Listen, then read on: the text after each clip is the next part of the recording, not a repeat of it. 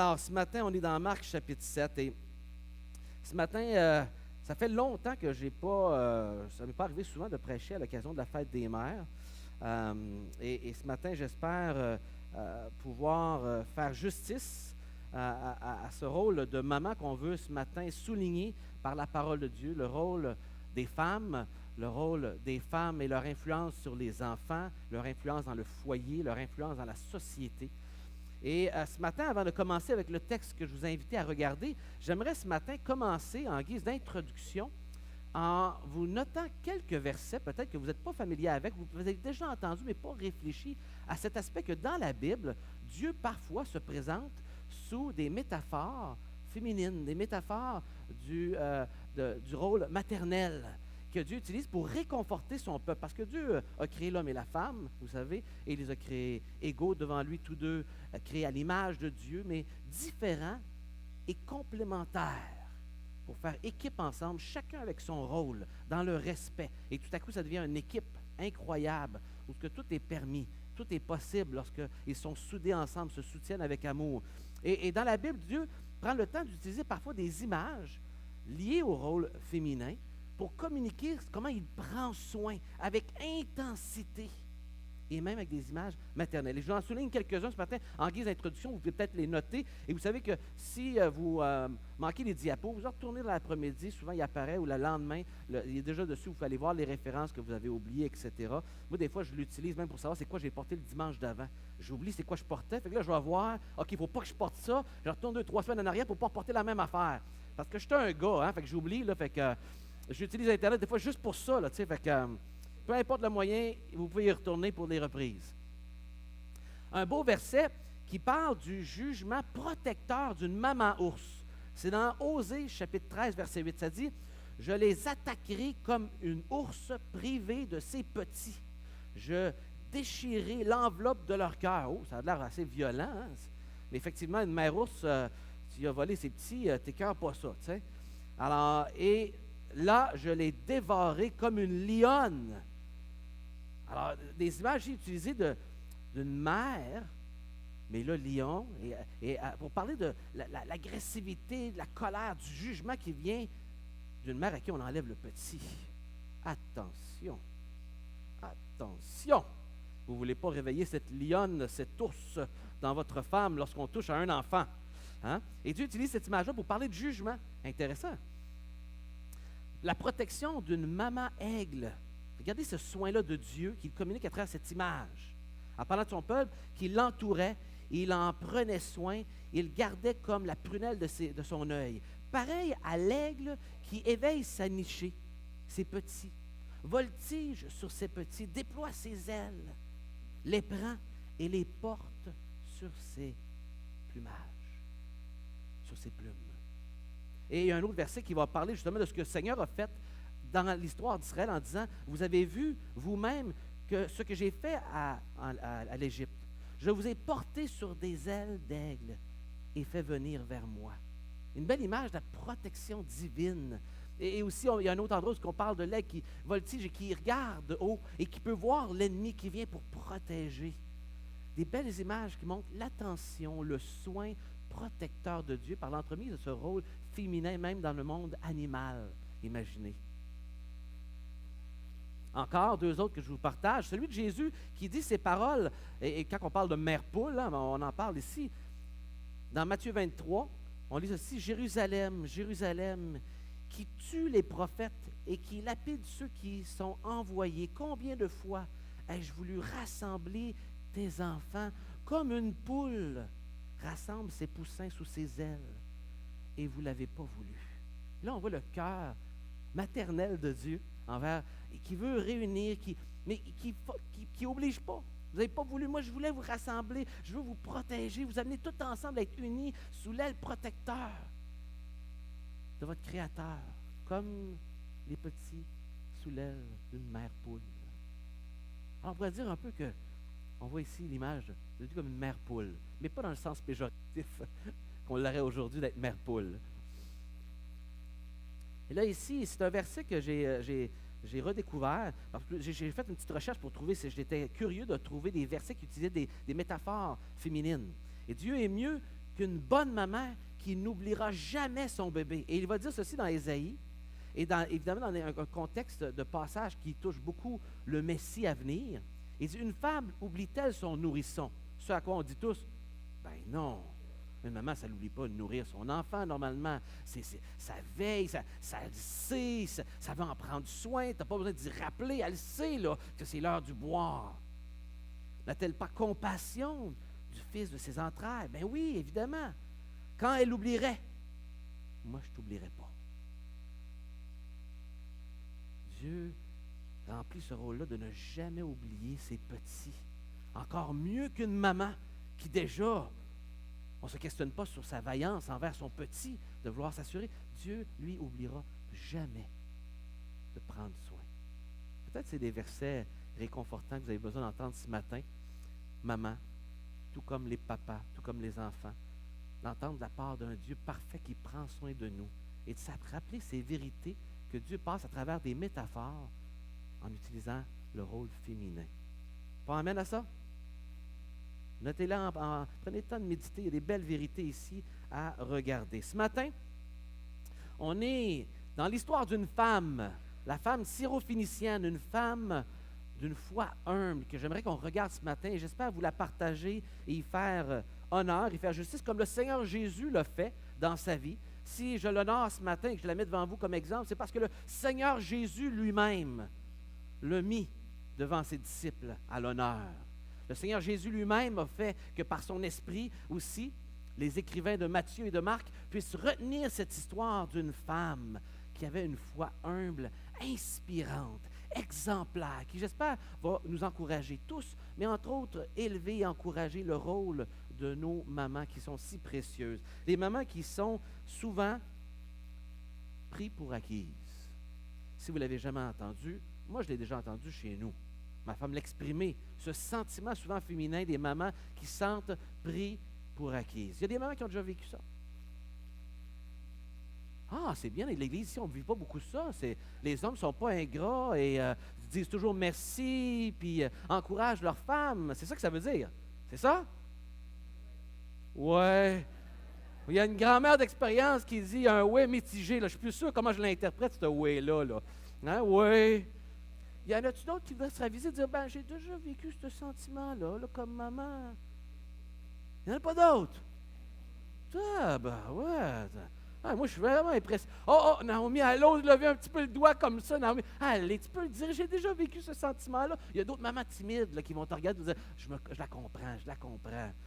Hein? Parce que parfois, c'est un rôle fort ingrat, oui, souvent pris pour acquis, et pour lequel moi-même j'ai été souvent coupable. Là, je ne ferai pas lever les hommes pour lever leurs mains pour la culpabilité d'avoir pris pour acquis une maman ou leur femme, mais je représente les hommes, mettons, OK? Et je plaide coupable. Et je le dis, on le dit avec un ton ici d'ironie, de rire, mais quand les femmes vivent ce sentiment, c'est difficile, n'est-ce pas? Et on a besoin de perspective, on a besoin d'encouragement, de valeur qui vient de la part, non de moi, mais qui vient de la part de Jésus lui-même. C'est lui qui va souligner la valeur de cette femme. Et trop souvent dans l'histoire, vous savez, la femme a souvent été méprisée. Souvent, l'homme plus fort n'a pas vu son rôle pour protéger et prendre soin, mais pour dominer et contrôler, malheureusement. Et les femmes, dans beaucoup de sociétés encore aujourd'hui, sont de second rang. Et vous savez, même un juif à l'époque de Jésus, parfois, se levait le matin et priait le Seigneur en disant « Merci Seigneur que je ne suis pas une femme. » C'est pathétique, hein? Mais soyons pas très surpris que des Juifs fassent ça, parce que même dans des religions où il y a la réincarnation, le chat passe avant une femme. Hein? C'est plus bas qu'une femme. Le chat est plus haut qu'une femme, dans les grades, là. Alors, beaucoup de religions diminuent la femme. Et Jésus faisait face à une société et une religion qui s'était encroûtée dans des mauvaises pensées et que Jésus régulièrement venait contrecarrer ces faux enseignements qui dénigraient la femme, qui ne lui donnaient pas le respect et le regard que Dieu a envers la femme. pour ça que c'est important, une journée pour souligner cela. Et Jésus prend le temps de le faire dans cette histoire. Et donc, ce matin, j'aimerais qu'on le lit, mais avec cette petite image qui fait un résumé des deux récits qui sont un peu différents. On va le regarder dans quelques instants pour comprendre les deux récits dans Matthieu et dans Marc, même si je vais me concentrer principalement sur celui de Marc. Mais ça va comme suit, un récit ici en images, pour simplifier ceux que l'image va vous aider à mieux retenir, à avoir votre attention. Alors, c'est un résumé des deux. Jésus s'était retiré en territoire étranger. En fait, j'ai été en envers. C'était juste ici dans cette région de Tyr et Sidon. Il est allé au nord, il était dans cette région-ci depuis quelque temps, et il commençait à y avoir un peu de brassage, on voulait le nommer roi, les gens racontaient beaucoup ce qu'il faisait, et là, ça devenait difficile à gérer les foules, et ce n'était pas l'intention de Jésus d'aller vers les foules. Il voulait aller et avoir un impact dans les gens, former ses disciples, mais la foule devenait difficile à contrôler, et donc, il part vers le nord et il va prendre un temps de ressourcement avec ses disciples à part. Et Marc le souligne qu'il est là pour prendre du temps avec eux, de repos. Et là, tout à coup, avec ses disciples, une Cananéenne s'approcha d'eux en criant, « Seigneur, aie pitié de moi, ma fille est malade. » Et en fait, on spécifiera qu'elle est terriblement malade, elle est terriblement possédée même par un démon. Jésus ne répondit pas. Pourquoi Jésus ne répond pas? C'est un peu particulier. Il me semble que c'est un manque de respect, hein, mesdames? Tu communiques quelque chose, puis pas de réponse. Elle va répondre, après ça, elle va dire, « Fils de David, aie pitié. » Elle revient à la demande. Et là, des gens autour, « Aide-la, Jésus, car elle nous poursuit de ses cris. Aie pitié de moi. » Et là, il va répondre ceci à la femme, « Je n'ai pas été envoyé qu'aux brebis perdues d'Israël. N'ai-je pas été envoyé auprès des brebis d'Israël perdues? Seigneur, viens à mon secours. » Elle va répéter. Et le mot ici, secours, il est fort. C'est un mot qui veut dire, qu'on utilisait dans l'Ancien Testament pour parler comme on parlerait à Dieu, comme on parlerait au Messie. C'est le Messie qui pourrait secourir comme ça. Et là, il va dire, il n'est pas bien de prendre le pain des enfants pour le donner aux petits chiens. Voyez, ouais, on parle là de valorisation du rôle de la femme. Ici, là, on vient de, il me semble, descendre très creux, là. Qu'est-ce que Jésus veut dire par ça, là? Il parle d'elle comme un petit chien. C'est vrai, Seigneur, mais je ne demande que les miettes qui tombent de la table. OK. Femme, comme ta foi est grande,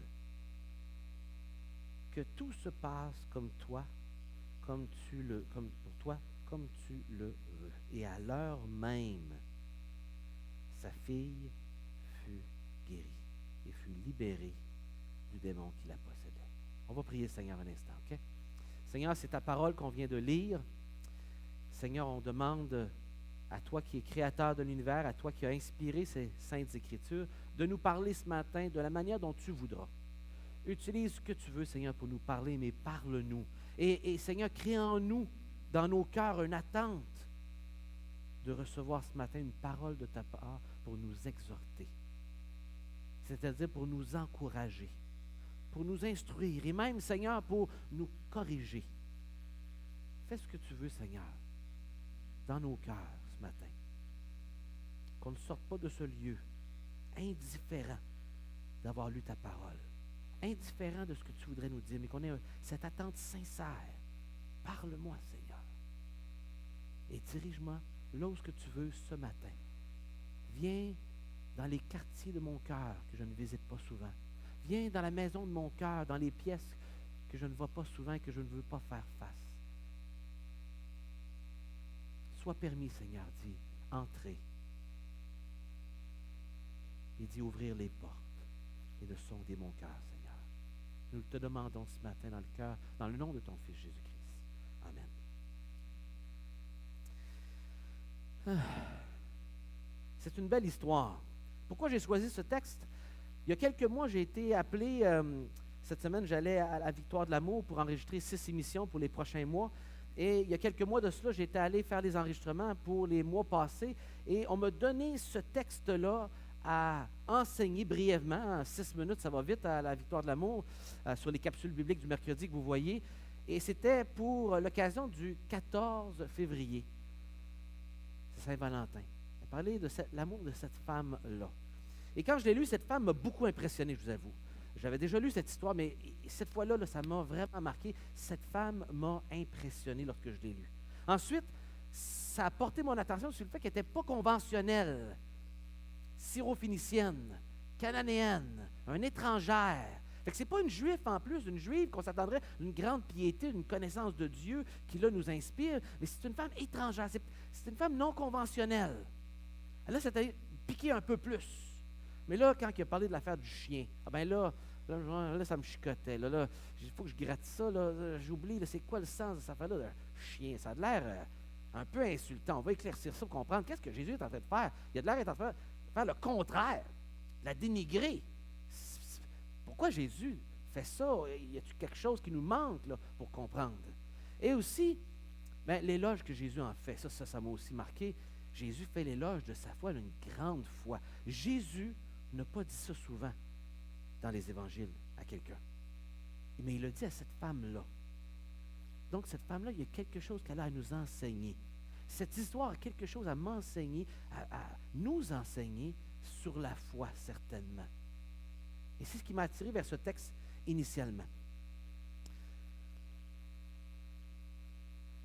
Maintenant, pour vous aider à apprécier, regardez dans Marc, le chapitre 7. Et gardez votre doigt là, parce que parfois on va aller dans Matthieu, le chapitre 15. Mais si vous regardez les versets précédents, pour apprécier, Jésus, dans les versets juste avant, va parler de tradition. Il va parler du problème de la tradition que les gens ont et qui finalement, ils en ont perdu le cœur, sont devenus religieux. Et il va dans les versets 1 à 23 parler aux Juifs qui se pensent purs, les scribes, les pharisiens, au sujet de la nourriture qu'ils mangent et les enseignements qu'ils avaient reçus en dehors des Écritures qui montaient la barre des exigences sur le genre d'aliments purs et impurs qu'ils devaient consommer, etc., outre même qu'est-ce qu'il y avait dans l'Ancien Testament. Et il en était venu aussi à traiter certaines personnes comme des impurs, les Juifs. Et donc, il était commun pour des Juifs de nommer même les gens autour de eux, les nations, c'est des chiens. C'était commun d'entendre ça. On appelle ça être raciste. Hein? C'est comme ça. Il était raciste avec les gens autour, il était moindre que eux, parce qu'eux, ils étaient le peuple choisi de Dieu. Pourtant, ce n'était pas ce que la Bible nous enseignait sur l'attitude à avoir envers l'étranger. Pas du tout. Mais cette religiosité les avait amenés à avoir du mépris et à avoir certaines personnes aussi, comme la nourriture, des purs et des impurs. Oui, il y avait des règles dans l'Ancien Testament à distinguer avec les gens du dehors. Mais Dieu avait un cœur pour eux. Il ne les a jamais traités de chiens. Et donc, il adresse ce défi-là, et on voit comment c'est un défi. Jésus l'adresse plusieurs fois dans son ministère. Cette attitude vers l'étranger, vers les nations autour. Et même Pierre, lorsqu'il s'est converti, qu'il est appelé à aller voir Corneille, vous vous rappelez, le Seigneur doit le convaincre par un songe, je vais expliquer, qu'il peut aller dans la maison de cet homme-là. Il doit le distinguer ici, il doit lui donner le OK, tellement que c'est fort, ce sentiment-là, chez les Juifs. Et Jésus va dire ceci dans Luc chapitre 4, versets 25 et 26. C'est une bonne référence à noter ici face à l'attitude de Jésus envers les étrangers qu'on retrouve. Jésus qui reprend l'Ancien Testament aussi. Luc chapitre 4, versets 25 et 26. Je vous lis ceci. C'est la vérité que je vous dis. Il y avait beaucoup de veuves en Israël à l'époque d'Élie, lorsque le ciel fut fermé 3 ans et 6 mois, et qu'il y eut une grande famine sur tout le pays. C'est un récit qu'on retrouve dans le livre de 1 roi. Verset 26, « Et cependant, Élie ne fut pas envoyé vers aucune d'elles, si ce n'est vers une femme veuve à Sérepta, dans le pays de Sidon. » Il aurait dit, il n'est pas allé vers les gens qui étaient là en Israël, c'est vers une veuve dans un autre pays que Dieu, à côté, l'a amené à être pris soin par cette femme qui en prenait soin et pour lequel il a été une bénédiction. Et Jésus va rentrer des petites vérités un peu partout comme ça pour venir contrecarrer. Et même dans le livre de Matthieu, qui se veut le livre adressé aux Juifs, mais le livre le plus tough envers les Juifs, il va utiliser l'exemple d'une femme non juive, qui est l'exemple d'une grande foi. Alors imaginez comment c'était contrariant. On s'aurait attendu une grande foi chez les Juifs qui ont reçu la révélation de Dieu, mais non, on le trouve chez une femme au nord, dans le pays d'à côté, qui elle a une grande foi. Puis dans les chapitres avant, le chapitre 8 de Matthieu, on parle des disciples dans la barque. Puis le Seigneur parle de leur foi qui est si petite. Pourquoi avez-vous si peu de foi? Les disciples ont peu de foi. Les Juifs qu'ils rencontrent sont pris dans de la religiosité avec peu de foi. Mais cette femme-là a une grande foi. Et là, ça devrait nous allumer les yeux, dire, OK, il y a quelque chose ici. Il y a quelque chose ici que le Seigneur veut souligner. Et il va dire au verset 21 et 22 du chapitre dans lequel on est, dans Marc 7, il dit, « En effet, c'est de l'intérieur, c'est du cœur des hommes que sortent les intentions mauvaises et rend impur. » Ce n'est pas l'extérieur qui rend impur, c'est de l'intérieur que vient l'impureté. Et là, il va faire une liste de péchés, etc. Et là, Jésus vient par contre donner l'impression qu'il fait le contraire parce qu'il n'y a pas de l'air sensible à cette femme-là. Il y a de l'air tough initialement auprès de cette femme-là, fait qu'on va essayer de comprendre pourquoi. Maintenant, et même parlons un peu de cette femme. Imaginez, cette femme, on ne sait pas l'âge de cet enfant, mais cette fillette nous donne l'impression, le mot, que c'est une jeune fille qui n'est pas encore adolescente, mais qui n'est pas non plus un bébé. Et cette femme a l'équivalent d'un enfant très malade, mais elle sait qu'il est possédé d'un esprit impur. On lit ailleurs qu'un homme avait un fils possédé d'un esprit impur, puis il essayait de le tuer, il le garochait même dans le feu. On peut imaginer que la vie de cette femme-là devait être terrible. Elle ne devait pas avoir des grosses nuits, cette femme-là. Elle devait avoir souvent beaucoup d'inquiétudes. Elle devait se sentir seule aussi. Parce qu'évidemment, parfois, lorsqu'on a un enfant qui a des besoins particuliers, on reste plus à la maison, on sort moins. On a peur de ce qui va arriver à notre enfant ou de ce qui va arriver en public. Alors souvent, lorsqu'on a un enfant qui a un besoin particulier comme ça, on est plus isolé, on souffre d'isolement. Et certains ici l'ont déjà vécu, de vivre plus d'isolement à cause des besoins d'un enfant. Vous ne savez pas comment il va se comporter à l'extérieur, les besoins de santé, l'isolement parce que des rencontres régulièrement à l'hôpital. Et c'est dur, cet isolement-là. Ce sentiment de ne pas non plus peut-être être compris par les gens autour de ce qu'ils vivent. Elle devait vivre de la détresse. Peut-être elle avait un regard aussi de la part des gens qui la regardaient, qui peut-être la jugeaient d'une manière ou d'une autre face à ce qu'elle vivait, et jugeaient injustement, ou ne montraient pas de compassion, puis elle ne sentait pas l'empathie des gens autour d'elle. Parce que parfois c'est difficile, les gens ne savent même pas quoi faire pour nous aider, n'est-ce pas? Vous avez certainement, plusieurs mamans, vécu ça, même si vous n'êtes pas maman. Et on peut imaginer son cœur de mère, qui était tellement préoccupé et qui voulait tellement le meilleur pour son enfant, qui voulait tellement pouvoir un jour la voir avoir une vie normale et qu'elle puisse la laisser aller jouer sans s'inquiéter parce qu'elle a sait bien. On peut imaginer tous les sentiments qu'elle pouvait vivre, cette femme. Et là, d'arriver devant le Seigneur et de voir la réception initiale qu'on lui présente.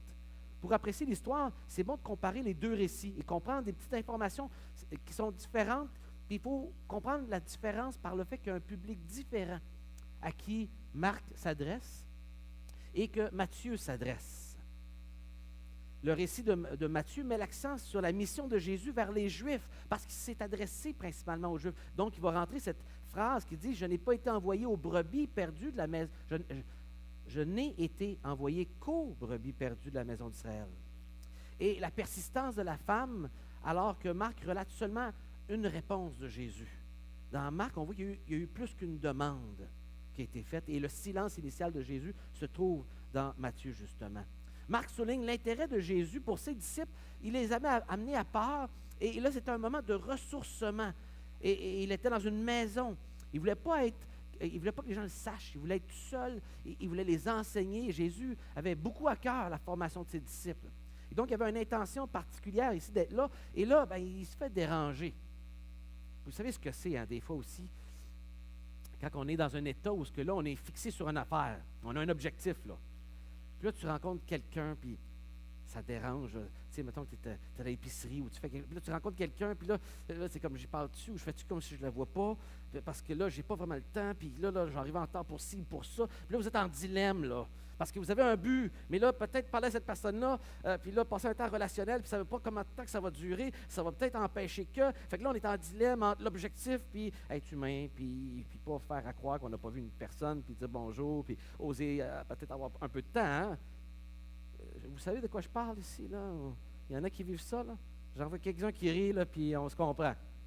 On se comprend? Et Jésus a un objectif, là. C'est facile je ne veux pas être dérangé humainement. Matthieu décrit aussi cette femme-là comme une Cananéenne dans Matthieu, mais dans l'autre livre, comme gréco-phénicien. Donc, il est plus précis dans Marc sur son groupe ethnique, alors que dans Matthieu, il est plus large, il parle cananéen. Donc, il est en train de dire de ces gens, dans le fond, qui sont des ennemis d'Israël, cananéens. De ces gens qu'on devait se débarrasser lorsqu'on est rentré dans la terre promise. Puis que Dieu avait dit qu'on les jugeait, puis on les met dehors, puis qu'il y en a encore des vivants parce qu'on a compromis des Cananéens. Et donc, la teneur ici, pour le juif qui lit Matthieu, c'est encore plus choquant. En plus, la femme avec la grande foi, c'est une Cananéenne. Vous comprenez? Ce qui, pour le public de Marc, est différent, et qui est un public romain. Et là, il parle plus spécifiquement, c'est une grecque, mais d'origine syro-phénicienne. Les Phéniciens qui étaient dans le coin du Liban, et la Syrie qui est un peu au nord et à droite du pays, comme on le voit aujourd'hui. Quelques autres brèves observations. Selon Matthieu, Jésus ne répond pas à sa première demande, et où elle dit « Seigneur, fils de David » dans Matthieu. Et là, c'est pas rien. Il faut noter ici qu'elle dit « fils de David ». Elle ne dira pas ça, et ce n'est pas noté dans Marc. Mais ici, pour le juif qui entend ça, c'est que cette femme étrangère est en train d'authentifier qu'elle reconnaît en Jésus le descendant de David, duquel on comprenait serait le Messie. Et donc, reconnaît en lui le Messie qu'on attendait, qui viendrait de la lignée de David, qui serait un libérateur pour Israël. Elle est en train de nous communiquer ici ce qu'elle croit de lui, et pourquoi elle l'aborde, et pourquoi elle va l'achaler, puis elle va insister auprès de lui. Et le juif qui lisait ça, c'était important. Chose que le public de Marc est différent. Encouragé par le silence, les disciples, là, bon, fatigante, elle. Le Seigneur n'a pas répondu, ça veut dire qu'elle dérange. Fait que là, mais le Seigneur les éprouve, on va en reparler. Pour la deuxième demande, la femme, elle va dire, Seigneur, secours-moi. On a ça dans Matthieu. Et la réponse de Jésus, ô grande est ta foi, c'est dans Matthieu, c'est pas dans Marc. Et il souligne le Seigneur qui va lui donner en fonction de ce qu'elle a demandé, parce qu'elle a osé avoir les paroles qu'elle a communiquées, qui communiquent la foi. On va y passer. Le récit de Matthieu contient plusieurs signes et mots qui parlent au public juif, qui sont absents du texte de Marc, qui a un autre but, et entre autres, plus orienté vers les disciples. Matthieu mentionne seulement une fois l'aspect du démoniaque, alors que Marc va le mentionner 4 fois dans l'histoire. Il met la lourdeur qu'il y a une possession démoniaque. Il y a un démon en elle, chose qu'il soulignera seulement une fois dans Matthieu. Oups, je suis allé trop vite.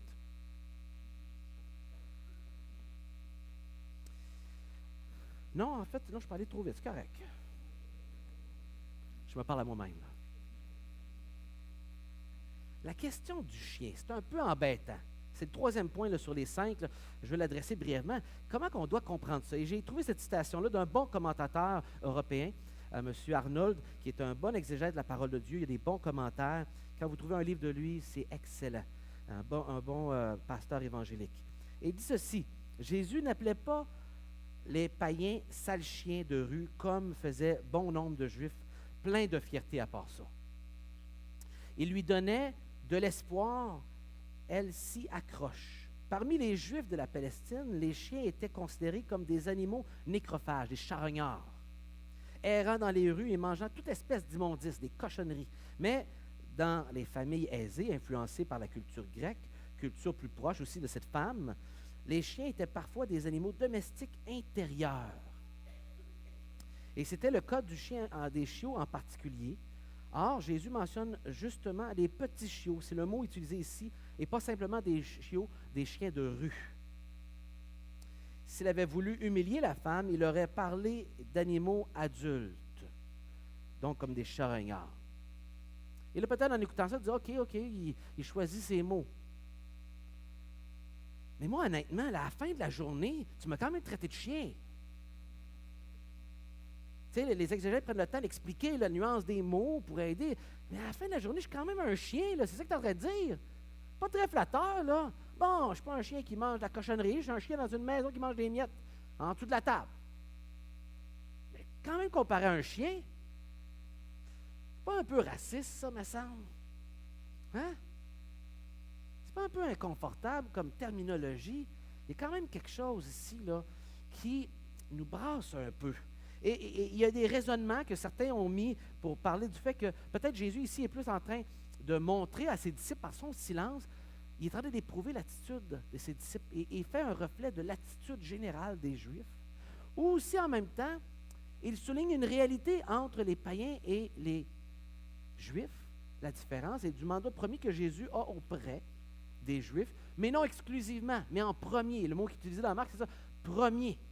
Donc, ce n'est pas limité, mais la priorité, il faut que je le fasse sans négliger mon but premier, qui est de venir voir les Juifs. Le pain devait être distribué en priorité, ici, aux enfants, les disciples d'Israël, les disciples, les Israélites, car ils avaient besoin de l'enseignement du Seigneur, et entre autres les disciples. La femme ne se moque pas des disciples en les appelant après ça les petits-enfants, car dans Matthieu, elle parle de la table des maîtres, elle reconnaissant leur statut d'être avec le maître. Cette femme manifeste du respect dans sa réponse, aussi bien que Jésus pour ses disciples. Tout ce qu'elle désire, c'est une fraction du temps de Jésus. Les miettes. Cette femme se soucie du bonheur de sa fille autant que Jésus se soucie du bien-être de ses disciples. Et elle est prête à se satisfaire des miettes qui vont tomber de la table. Et moi, après m'être fait répondre ce que Jésus a répondu, je ne suis pas sûr sur le coup que j'aurais répondu comme elle. Parce que vous avez remarqué sa réponse. Elle reprend des paroles de Jésus, puis elle dit, c'est vrai ce que tu dis là, mais en même temps, moi, je suis prête à me satisfaire des miettes de la table, ça va être OK pour moi. Je ne veux pas prendre beaucoup de temps, ça va m'aller les miettes. Quelle humilité de cette femme qui montre qu'elle a un but et elle ne prendra pas non comme réponse. Vous avez déjà vu une femme qui ne prend pas non comme réponse? Ça arrive des fois. Pourquoi vous riez? Hein? Pourquoi vous riez? Hein? Il y en a qui en ont rencontré?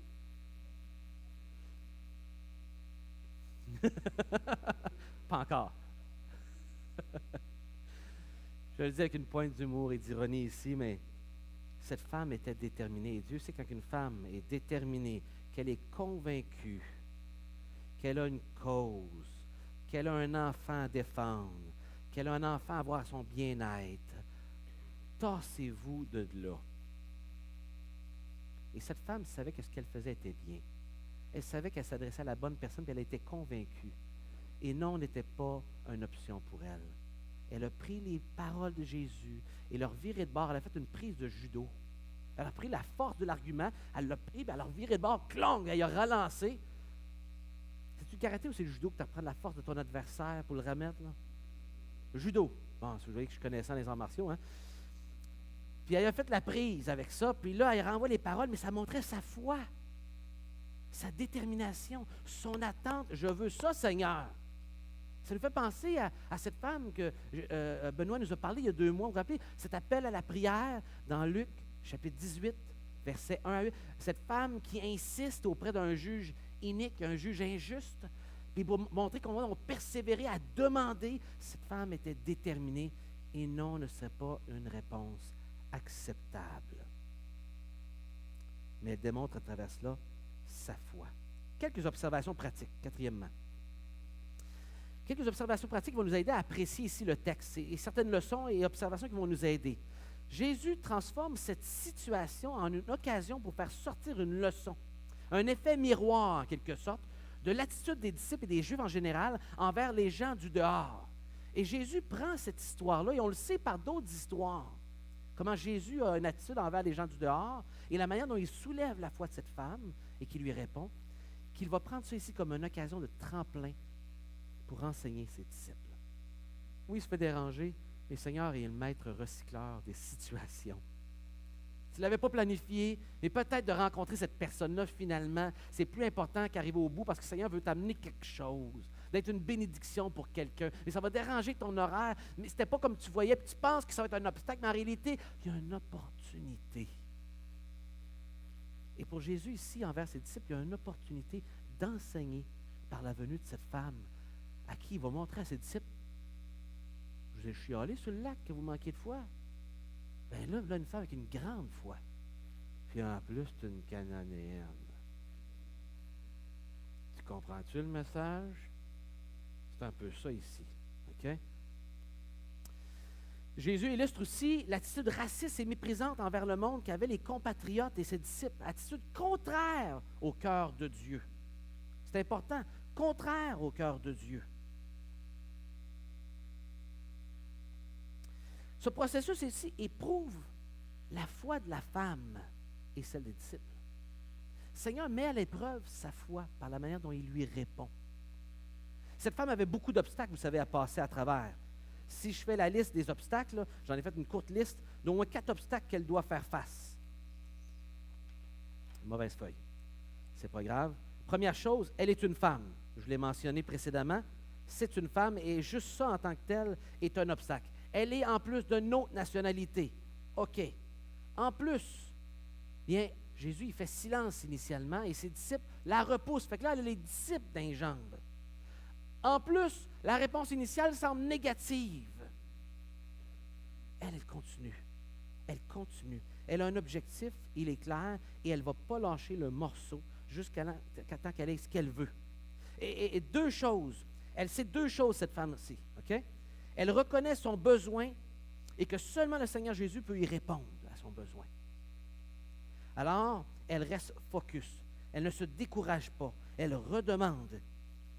Et elle poursuit en sachant le besoin de son enfant. Et elle sait que son enfant a besoin de cette délivrance-là. Elle a trouvé l'individu, puis elle sait que son enfant a besoin d'elle. Et elle a espoir. Elle est prête à tout faire pour y arriver.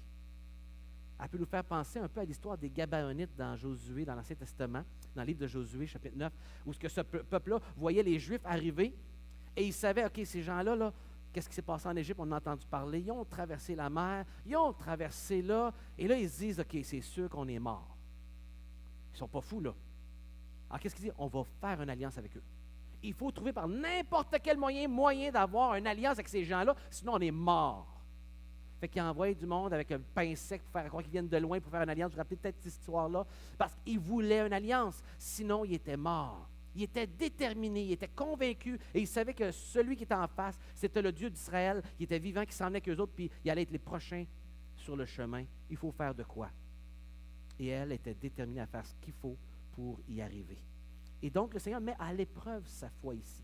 Et le Seigneur veut éprouver notre foi.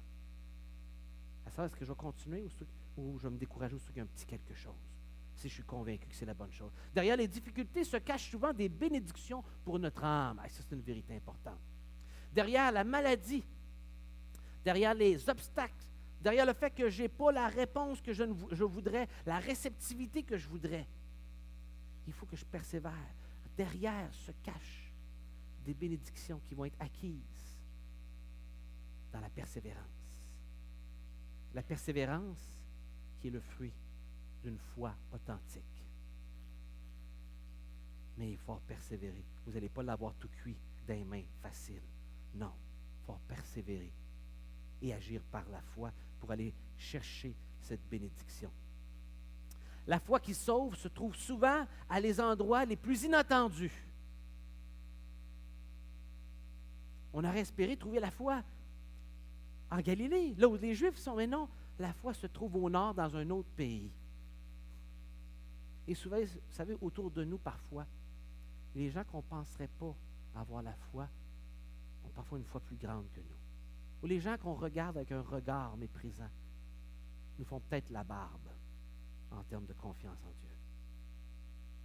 Des fois, c'est la personne que tu penses qu'elle ne va jamais accepter le Seigneur, puis là, cette personne-là, cette personne-là a déjà un bon fond, là. C'est pas comme ça que Dieu regarde les choses pour qui va accepter le Seigneur et devenir son enfant. La foi se trouve parfois aux endroits les plus inattendus. Parce que la foi n'est pas quelque chose de prévisible, qu'on a le contrôle dessus, qu'on peut tout bien juger. Les croyants en Christ sont souvent moins gracieux et remplis de compassion que Jésus l'est. Combien de gens ont été découragés dans l'Église parce que les chrétiens n'ont pas été super réceptifs envers eux?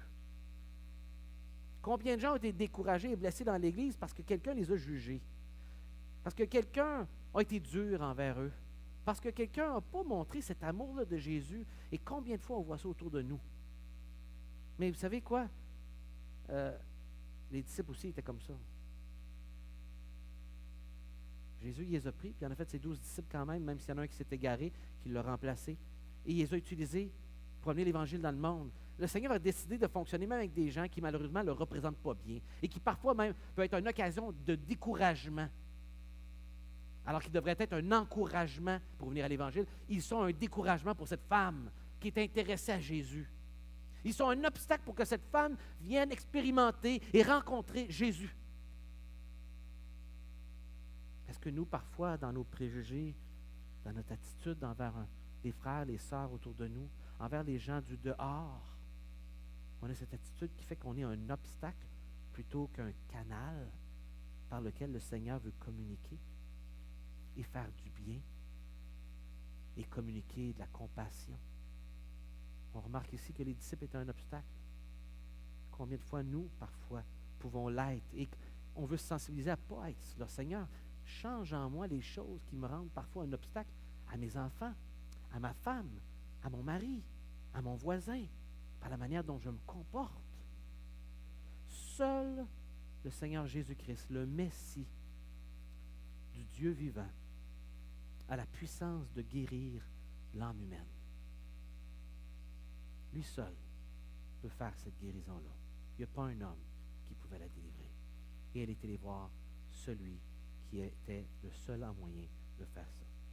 Cinquièmement et dernièrement, une mère bien imparfaite, mais qui avait l'essentiel. Voici le modèle qu'elle nous communique. Cette femme aimait son enfant tendrement. Et je sais que les mamans aiment tous leurs enfants. Mais les enfants ne sont pas toujours agréables.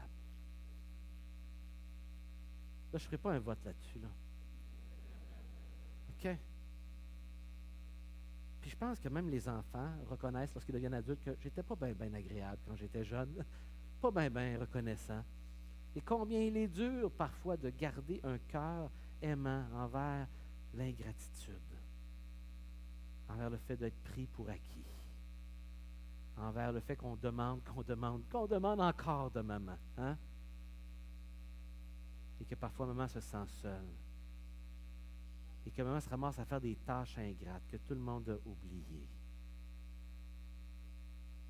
C'est un défi de continuer à garder et cultiver cet amour sincère, cet amour tendre, cet amour qu'on peut se fier dessus, mais un amour qui ne se lasse pas, même s'il peut y avoir des moments où, honnêtement, on peut vaciller, qui continue à être là. Elle avait cet amour pour son enfant et elle avait la foi en Dieu, la foi en Jésus. Elle reconnaît Jésus comme le fils de David, Seigneur. Elle communique le fait qu'elle a foi en fait que son identité que Jésus présente, elle l'accepte. Elle avait suffisamment. Et troisièmement, bien, elle avait la persévérance. Elle était tenace. Et il faut que les mamans, pour continuer à travers tous les obstacles qu'elles vivent, elles ont besoin de cette ténacité-là, qui est le résultat de l'amour et de la foi. On persévère parce qu'on aime. On persévère parce qu'on a espoir en Dieu. Et c'est ce que cette femme communique ce matin à chacun d'entre nous, mais particulièrement pour les femmes, même si tous on a besoin de ces mêmes caractères. J'ai besoin de ces mêmes attitudes qu'elle nous communique, bien qu'imparfait.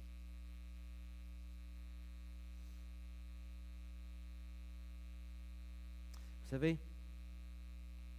Matthieu, chapitre 15, verset 28, souligne « Ta foi est grande. Pourtant, avec peu de connaissances. Alors que les Juifs religieux sont pris dans la tradition et incrédules, faisant plein de mauvais choix, mais eux ont plein de connaissances. C'est paradoxal. Et qu'est-ce qui faisait que cette femme avait une si grande foi?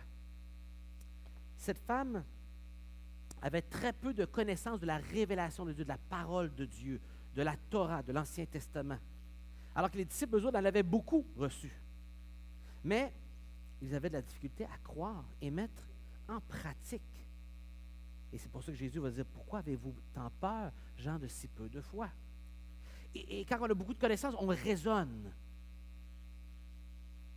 comme des adultes dans leur cœur. Et on tombe facilement dans la religiosité, ce qui diminue notre foi. Dans sa simplicité de cœur, cette femme a le cœur ouvert et une grande confiance avec le peu qu'elle avait.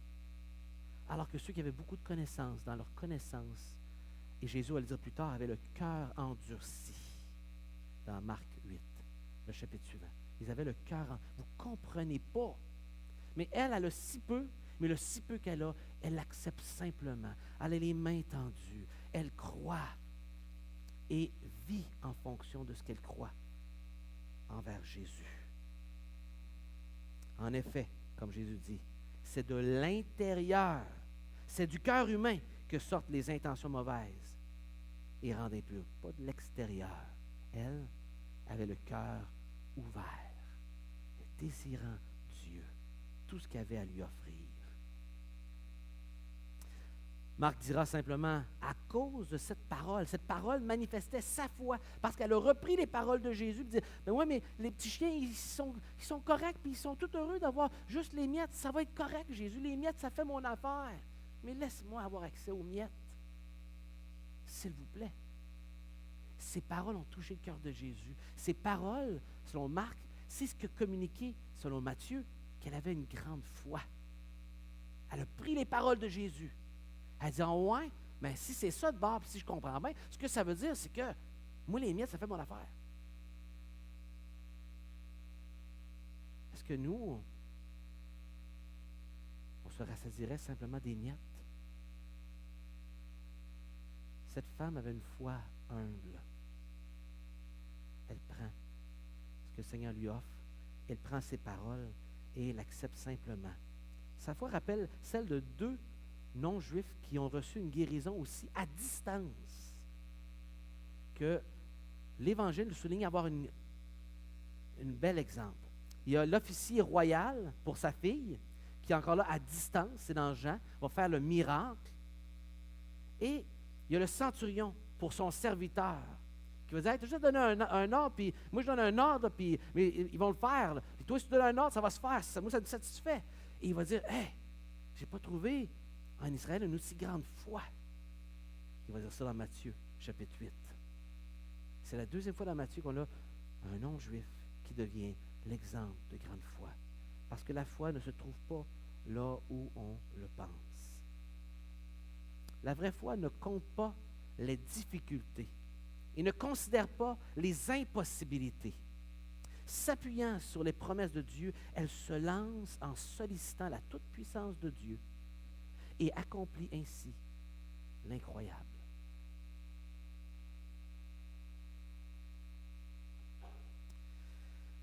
Avant de prier, je termine avec ces paroles d'un homme qui a écrit de cela près de 40 ans. Il a dit ceci. Mais peut-être direz-vous ce matin, mais ma foi, elle est petite, Seigneur. Je n'ai pas une grande foi. Qu'est-ce que je peux faire, moi? Ma foi est faible. Bien, si vous voulez la faire grandir, il y a plusieurs règles que vous devez suivre. Et il en suggère 4 ici. Écoutez bien en terminant. La première, c'est d'absorber la parole de Dieu dans votre âme en l'étudiant constamment. Car la foi vient de ce qu'on entend et ce qu'on entend vient de la parole de Christ. La parole de Dieu, dans Romains chapitre 10. Deuxièmement, ensuite, l'auteur F.B. Meyer dit, vous devez vouloir avoir une grande foi. Quand les hommes disent qu'ils ne peuvent pas croire, je leur demande ceci, voulez-vous croire? Est-ce que tu as le désir? Est-ce que tu veux croire? Moi, je n'arrive pas à croire, je n'ai pas la foi. Oui, mais est-ce que tu veux? Est-ce que tu as ce désir-là? Le Saint-Esprit te donnera la confiance dont il a besoin, si tu le veux. Mais si tu dis que tu ne le veux pas, ben, je comprends que tu n'as pas la foi. Troisièmement, vous devez également vous servir de la foi que vous avez déjà, le petit peu que vous avez. Exercez-le. Comme un petit garçon peut s'exercer tranquillement avec les outils à papa pour éventuellement, en vieillissant, absorber des muscles, grandir et être capable d'utiliser une grosse enclume. Mais ça ne se fait pas tout petit. Il faut que les muscles soient travaillés. Et la foi est un muscle qu'on doit exercer. Quelqu'un n'apprendra jamais à nager de grande distance s'il ne touche pas d'abord et ne pratique pas d'abord dans une piscine en se préparant pour de grands exploits. Quatrièmement, finalement, si vous obéissez à la volonté de Dieu, votre foi continuera à grandir. C'est-à-dire, à chaque fois qu'on obéit, on exerce notre foi. On la fait grandir. Vous irez de victoire en victoire, faisant preuve d'une maturité spirituelle qui rendra gloire à Dieu et qui va nourrir votre foi et faire crever de faim vos doutes. Faisons crever de faim nos doutes et exerçons la foi pour qu'elle grandisse. Prions ensemble ce matin.